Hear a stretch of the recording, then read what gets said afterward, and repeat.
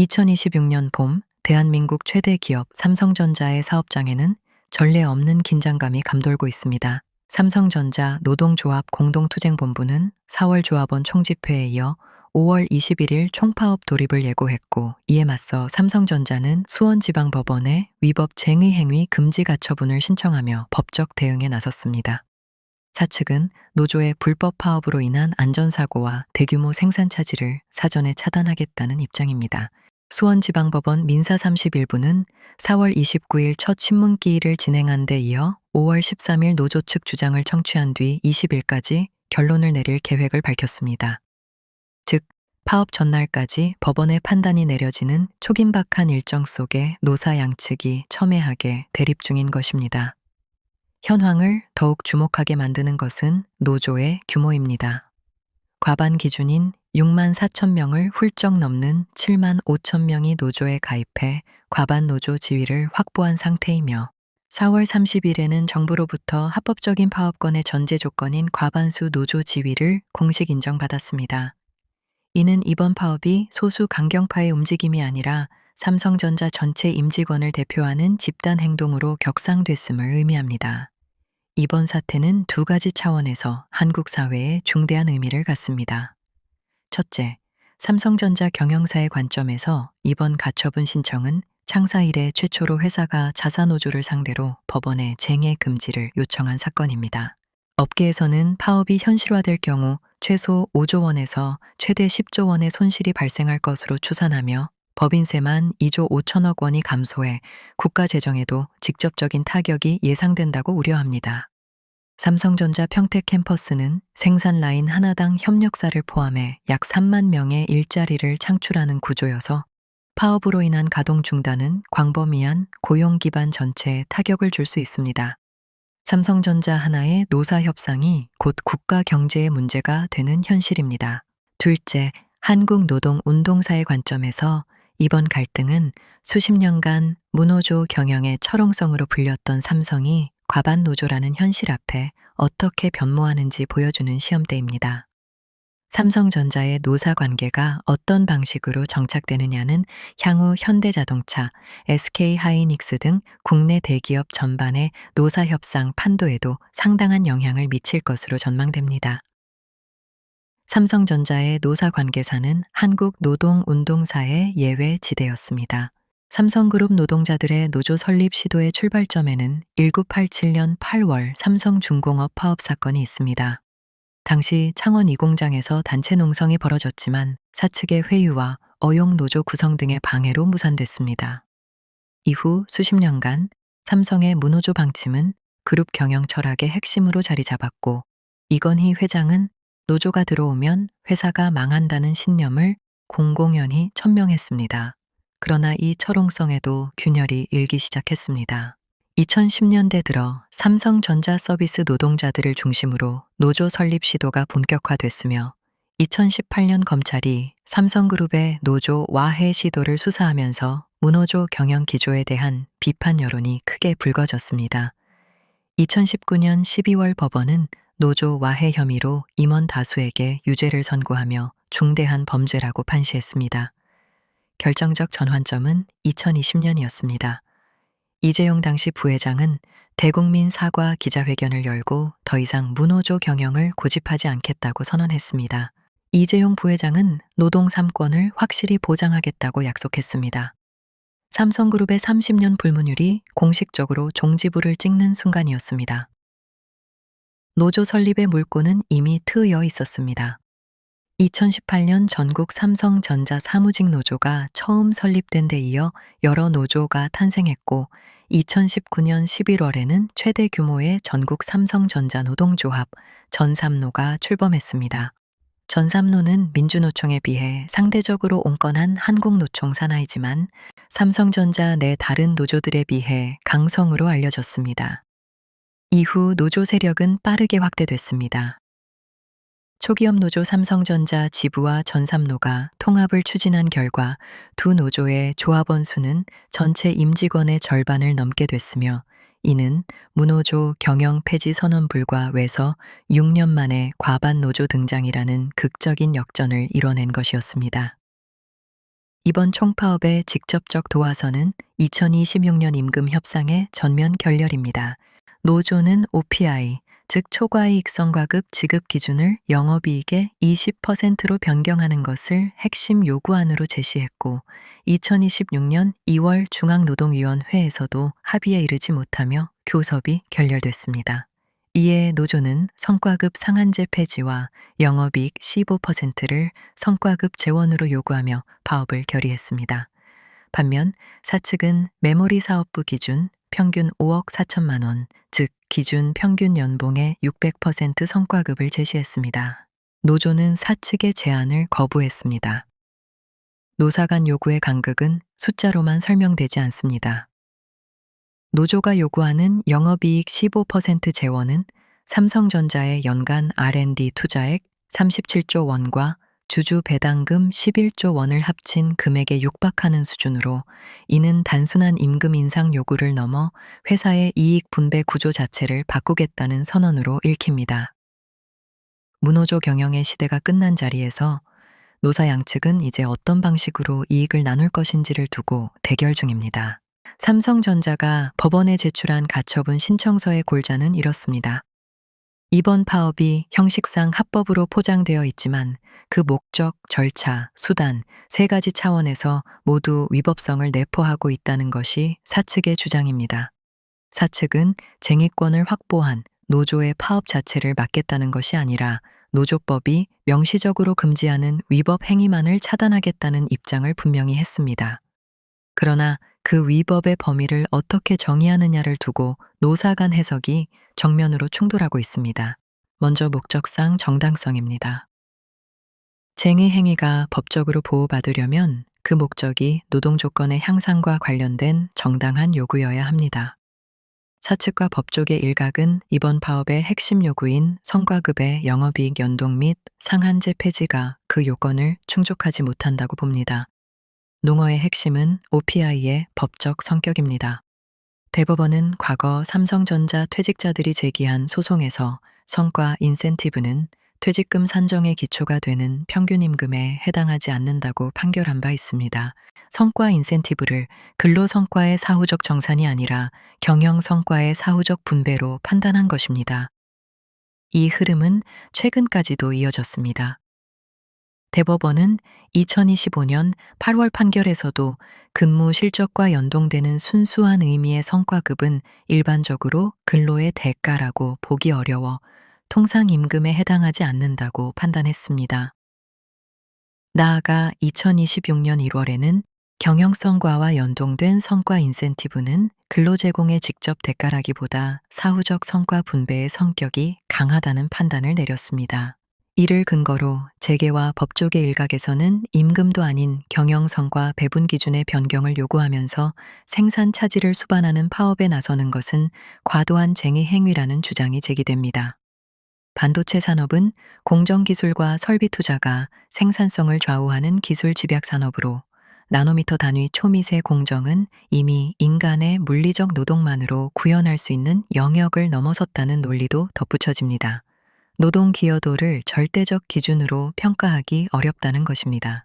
물론 노조 측은 성과급이 사실상 매년 지급이 관행화된 준임금에 해당하며 그 산정 기준을 노사가 협의해 결정하는 것이 단체 교섭의 본질이라고 맞섭니다. 두 번째 쟁점은 절차적 정당성입니다. 삼성전자가 가처분 신청서에 명시한 위법 행위 중 하나는 협박을 통한 쟁의 참여 강요입니다. 이는 단순한 파업 참가 권유가 아니라 불참자에게 실질적 불이익을 예고한 노조 집행부의 발언들을 직접 겨냥한 것입니다. 문제의 발단은 노조 위원장의 발언이었습니다. 전 사업장 점거를 확장할 계획이라고 밝혔고, 유튜브 방송에서는 회사를 위해 근무하는 자가 있다면 명단을 관리해 강제 전배나 해고 시 우선 안내하겠다고 발언해 파업 불참자에 대한 인사상 불이익을 예고했습니다. 법조계는 이 발언에서 복수의 법 위반 혐의를 읽어냅니다. 파업 불참자를 해고자 명단에 배정하기 위해서는 근로자의 개인정보를 이용해야 하는데, 근로자 동의 없이 정보를 수집해 명단을 만드는 행위 자체가 위반에 해당할 수 있습니다. 또한 해고의 우선순위로 안내하겠다는 발언은 구체적인 해악을 고지한 것으로 형법상 협박죄가 될 수 있습니다. 노조법 제38조는 쟁의 행위에 참가를 호소하거나 설득하는 행위로서 폭행, 협박을 사용하여서는 아니 된다고 명시하며 이를 위반할 경우 처벌하도록 규정하고 있습니다. 나아가 실제 행동으로도 이어졌습니다. 4월 28일에는 노조 측에서 사내 근태 조회 시스템을 이용해 파업에 참여하지 않은 직원들을 색출했다는 주장이 제기됐습니다. 노조 측에서 입력을 종용하거나 집회 참여를 압박했다는 주장이 제기됐습니다. 또한 불참자에 대해 공개적 비방과 집단 괴롭힘을 가했다는 폭로도 있었습니다. 삼성전자는 개인정보를 활용해 노조 가입 여부가 담긴 블랙리스트를 작성한 혐의로 직원을 경찰에 고소했고, 경찰은 노조의 조직적 개입 여부에 초점을 맞춰 수사를 진행 중입니다. 세 번째 쟁점은 수단 및 방법의 정당성입니다. 가처분 신청서의 가장 핵심적인 법리적 쟁점입니다. 반도체 생산시설의 안전보호시설 운영 방해 및 사업장 주요 시설 점거 문제 때문입니다. 사측은 이 부분에 대해 첫 신문에서 약 50분에 걸친 프레젠테이션을 통해 집중적으로 논증하며 위험성을 경고했습니다. 사측이 제기한 가처분의 법적 근거는 안전보호시설 정상 운영 방해, 장비 손상 및 원료 변질 방지 작업 중단, 생산 라인 등 사업장 주요 시설 점거 등입니다. 반도체 공정 특성이 이 주장의 과학적 근거로 동원됐습니다. 파업으로 웨이퍼의 변질 방지 작업이 중단되면 장당 수천만 원인 웨이퍼를 전량 폐기해야 하며 현재 글로벌 웨이퍼 시장은 공급 부족 상태라 재확보도 어렵다는 점을 강조했습니다. 한 대당 최대 5천억 원에 이르는 설비가 손상되면 가동 재개까지 장시간이 소요된다는 설명도 덧붙여졌습니다. 사측은 전체 직원 약 12만 8천 명의 5% 수준에 해당하는 안전 인력만은 쟁의 행위 중에도 정상 근무해야 한다고 주장했습니다.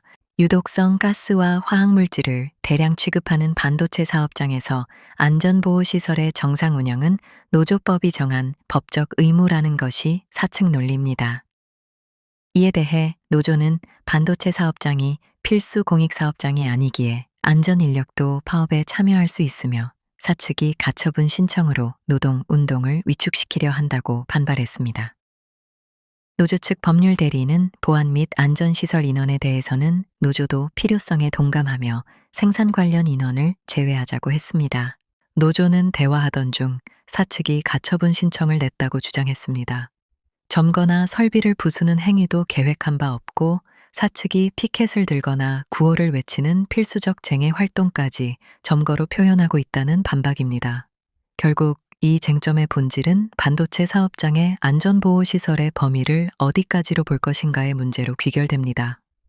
사측은 공정 전반의 안전과 방제시설 운영 인력이 필수 유지 업무에 준하는 인원이라고 보는 입장입니다. 반면 노조는 이를 과도하게 확장해 사실상 파업 자체를 무력화하려는 시도로 해석합니다. 법조계에서는 삼성바이오로직스가 제기한 유사 가처분 신청이 법원에서 일부 인용된 선례를 들어 삼성전자의 경우에도 파업 자체는 인정하되 핵심 시설 점거 등 위법 행위에 대해서는 법원이 일부 인용 결정을 내릴 가능성이 크다는 전망을 내놓고 있습니다. 이제 가처분 신청의 구체적인 법적 분석을 살펴보겠습니다. 위법 쟁의 행위 금지 가처분이란 사용자가 노조의 쟁의 행위가 위법하다고 주장하며 본안 소송의 확정 전에 그 행위를 임시로 금지해 달라고 법원에 신청하는 민사 보전 처분입니다. 여기서 가장 중요한 것은 피보정 원리, 즉 보호받을 권리가 존재하는가입니다. 사용자가 주장할 수 있는 권리는 크게 세 가지입니다. 첫째는 업무방해 금지 청구권으로 위법한 파업은 불법 행위에 해당하므로 중지를 청구할 수 있다는 논리입니다. 둘째는 시설물 관리권입니다. 점거 농성이나 생산시설 봉쇄 시 소유권에 기한 방해 배제 청구권을 행사하는 것입니다. 셋째는 영업권과 계약 이행이익입니다. 파업으로 인한 납품계약 불이행 등 거래관계 침해를 막기 위함입니다. 법원은 쟁의 행위의 목적이 경영권 사항에 개입하는지, 찬반 투표 등 절차를 준수했는지, 폭력이나 주요 시설 점거 등 수단이 정당한지를 종합적으로 판단하여 위법성 여부를 결정하게 됩니다.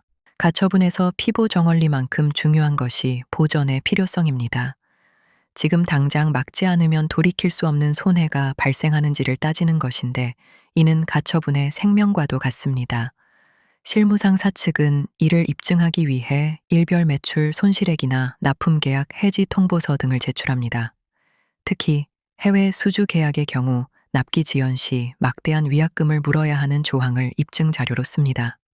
또한 반도체 생산 라인 재가동 비용 산정서도 제출합니다.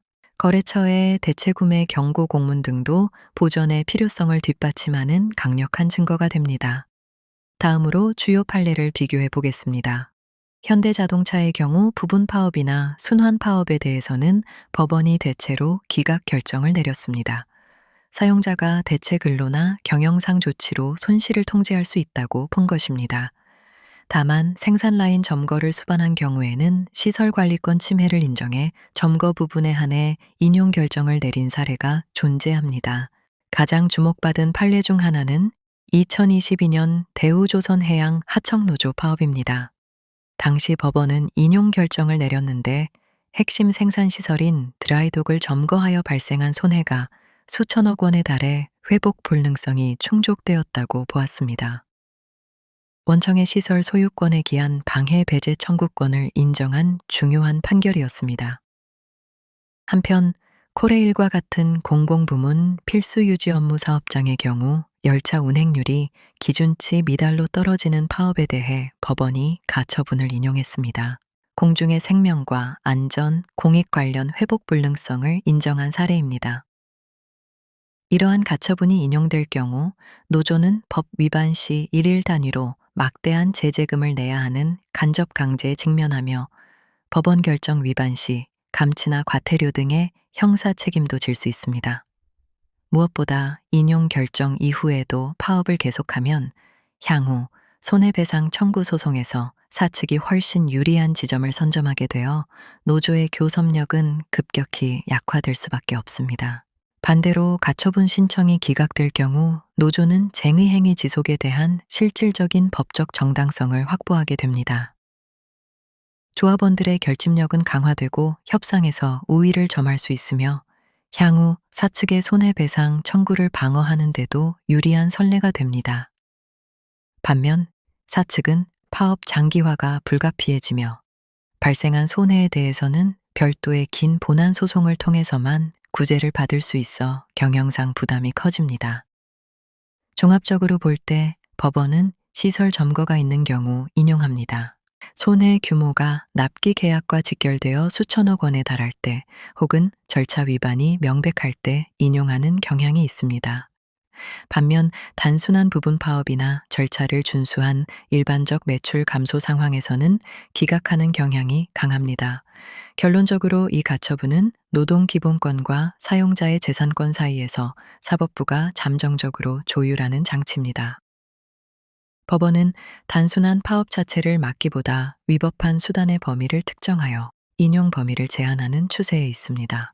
이제 경제적 파급 효과를 구체적으로 살펴보겠습니다. 2026년 5월 기준 삼성전자 파업 예고 기간은 HBM4 수율 안정화와 출하량 확대가 맞물린 골든타임입니다. 삼성은 올해 3분기부터 HBM4 매출이 전체 HBM의 절반을 넘을 것으로 보고 총력을 다하고 있습니다. 즉, 예고된 파업 기간은 단순한 조업 기간이 아니라 시장 점유율을 확정짓는 결정적 수주 윈도우와 겹칩니다. 노조 측은 이번 파업으로 생산량이 급감할 것으로 봅니다. 노조는 메모리 팹 생산량이 18.4%, 바운드리 라인은 58.1%까지 급감할 것으로 추산하는데, 이는 지난 4월 단 하루 결의대회만으로 기록된 수치를 근거로 합니다. 반도체 팹은 초고순도 무결점 환경이 필수적이라 가동이 중단되면 클린룸과 화학물질 배관을 복구하는데 막대한 비용과 시간이 듭니다. 수백 대의 정밀 장비 0점을 다시 맞추고 테스트 웨이퍼로 검증하는 과정을 거쳐야 합니다. 최악의 경우 파업이 종료된 후에도 정상화까지 추가로 2에서 3주의 시간이 더 소요될 수 있습니다. HBM4 구조상 파업 영향은 반도체 부문 전반으로 확산됩니다. 로직 공정 기반의 베이스 다이를 중심으로 메모리와 파운드리를 일괄 수주하는 구조이기 때문입니다. 메모리 파업은 곧 파운드리 납기 지연으로 이어지는 이중 타격 구조입니다. 이는 글로벌 고객사 신뢰 저하로 직결됩니다. 삼성의 서버용 D램 공급이 막히면 문제가 생깁니다. 엔터프라이즈 SSD 공급이 막히면 구글, 아마존 등 빅테크 기업들의 데이터 센터 증설 계획은 즉각 차질을 빚습니다. 이미 주요 기업들은 삼성발 부품 대란을 염려해 경쟁사로 주문을 돌리는 등 공급망 확보 전쟁에 돌입했습니다. 엔비디아와 AMD 같은 기업들은 공급망 회복 탄력성을 평가 항목에 반영하고 있으며 이를 물량 배분에 직접 적용합니다. 파업으로 인한 납기 불안정은 단순한 분기 손실을 넘어 향후 물량 배분 점수에 기록됩니다. 물량 배분 점수에 영구적으로 기록됩니다. 반도체 산업 특성상 한 번 이탈한 고객을 다시 확보하기는 극히 어렵다는 점이 가장 뼈아픈 대목입니다. 대만 언론들은 삼성전자의 생산 차질이 현실화하면 대만 반도체 기업들이 가격 협상력을 높이며 반사 이익을 누릴 것으로 보도하고 있습니다. TSMC의 독점력은 삼성의 공급 불안정이 반복될수록 더욱 공고해집니다. 가시적인 손실 규모도 엄청납니다. 경제학자들은 파업 시 손실을 우려합니다. 경제학자들은 파업 현실화 시 공장 가동 차질로 인한 손실이 하루 약 1조 원에 이를 수 있으며 장기화할 경우 반도체 부문 영업이익이 최대 10조 원까지 감소할 수 있다고 추산합니다. 주가 면에서도 시장은 이미 파업 리스크를 선반영하고 있습니다. 코스피가 상승하는 날에도 삼성전자의 상승 폭이 경쟁사 대비 현저히 낮은 것은 시장이 삼성을 디스카운트하고 있음을 보여줍니다. 또한 삼성전자의 생산 차질은 협력사에도 타격을 줍니다. 1,700여 개에 달하는 협력사와 지역 경제에도 심각한 타격을 줍니다. 평택 캠퍼스처럼 대규모 고용을 창출하는 곳의 가동 중단은 산업 생태계 전반으로 파급됩니다. 결국 보이는 비용보다 보이지 않는 신뢰의 손실이 훨씬 치명적입니다. 이제 노조 측의 반론을 들어보겠습니다. 이번 분쟁은 단순히 돈을 더 달라는 싸움이 아니라 파업할 권리 자체가 얼마나 두텁게 보호받아야 하는가에 대한 헌법적 논쟁입니다. 노조는 파업이 정당하다고 합니다. 노조는 이번 파업이 법적 하자가 전혀 없다고 강조합니다. 6만 6천여 명이 참여한 찬반 투표에서 93%라는 압도적 찬성이 나온 것은 조합원 다수의 민주적 의사표현이라는 증거입니다. 노조의 핵심 논리는 성과급 요구 역시 근로조건 향상을 위한 정당한 요구이며 단체 교섭의 본질이라는 것입니다. 반도체 산업이 설비 중심이라 하더라도 핵심 연구 인력의 역량이 경쟁력을 좌우하는 만큼 보상 체계는 기업 경쟁력의 핵심이라는 주장입니다.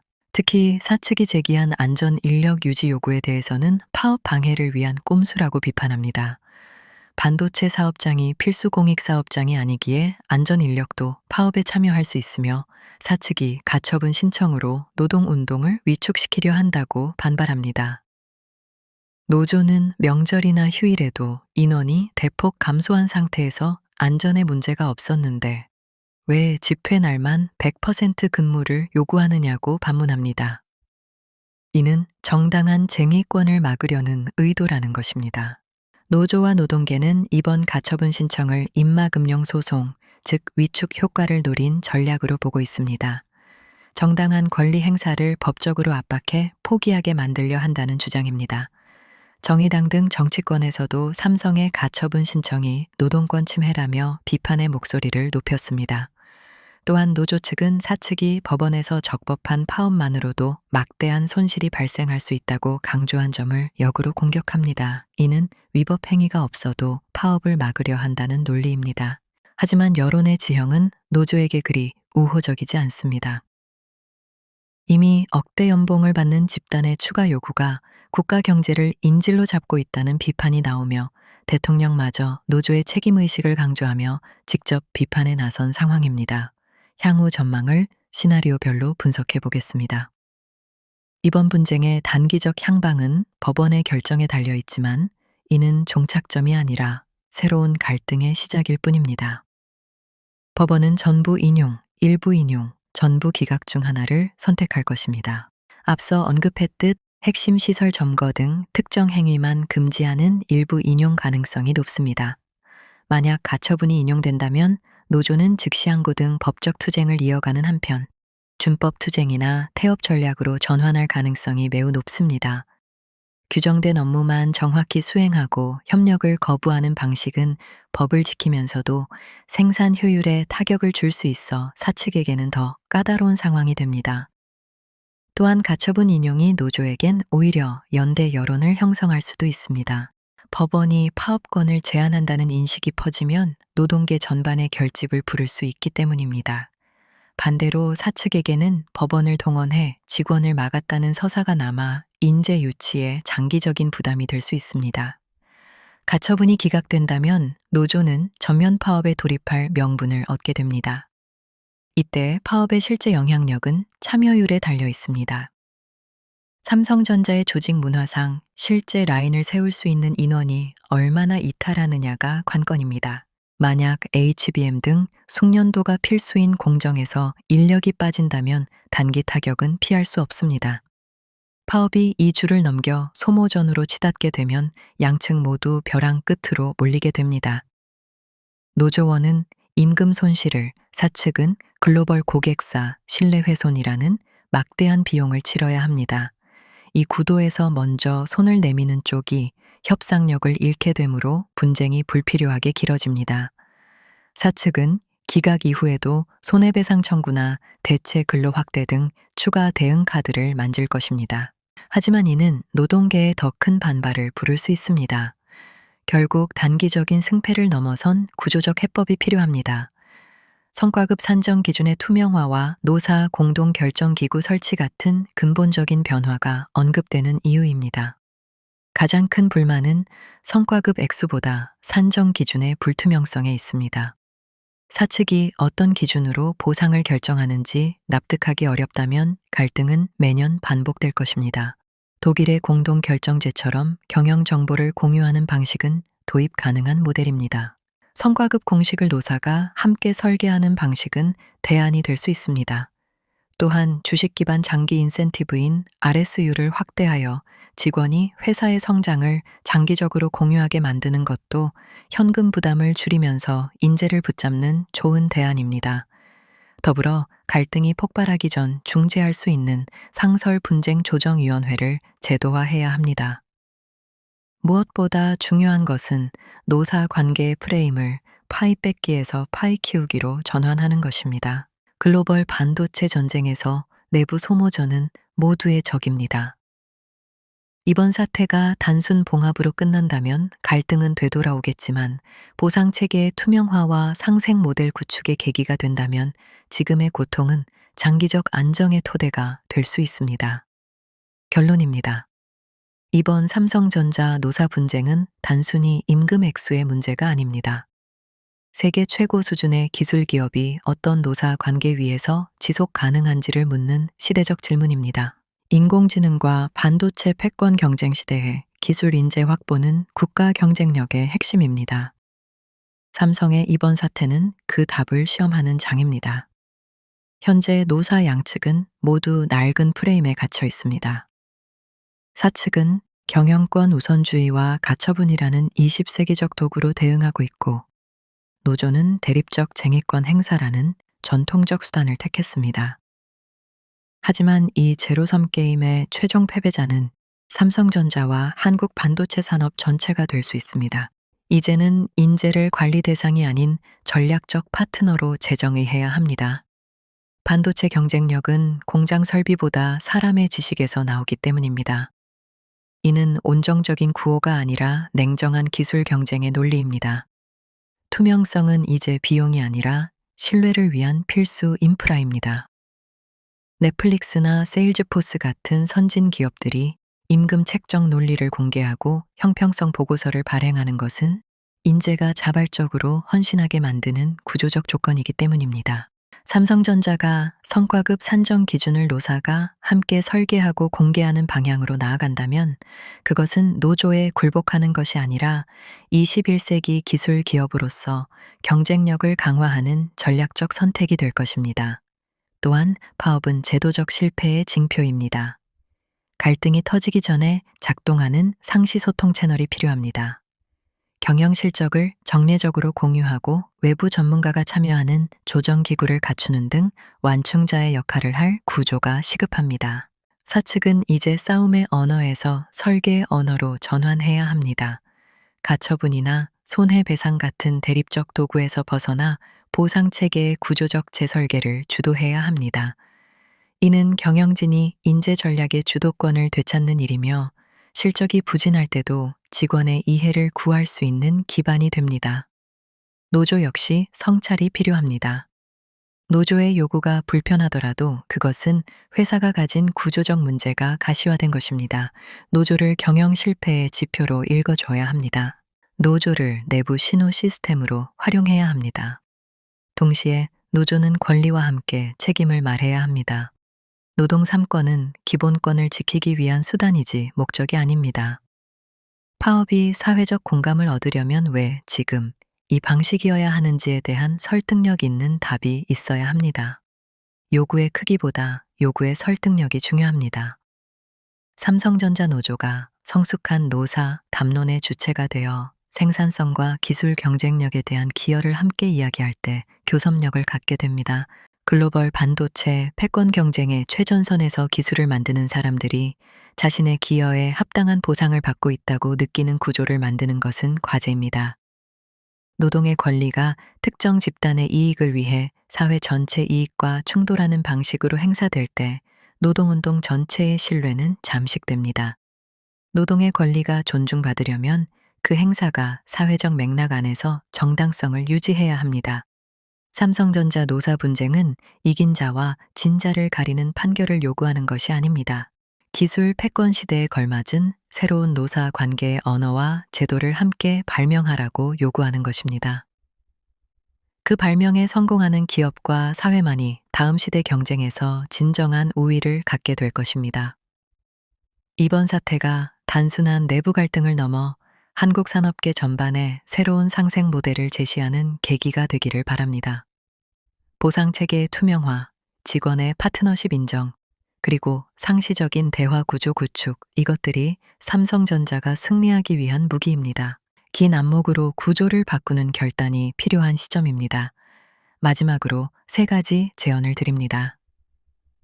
첫째, 사측은 직원을 지식 창출의 파트너로 재정의하고 보상 체계의 주도적 설계를 시작해야 합니다. 둘째, 노조를 현실의 거울로 삼아 내부 신뢰 귀를 기울여야 합니다. 셋째, 노조는 사회적 책임을 다하며 설득력 있는 요구로 공감을 얻어야 합니다. 삼성전자의 노사 관계는 대한민국 첨단 산업의 경쟁력과 직결되는 매우 중요한 문제입니다. 이번 분쟁을 통해 우리는 낡은 대립 구도를 깨고 기술 패권 시대에 어울리는 새로운 길을 찾아야 합니다.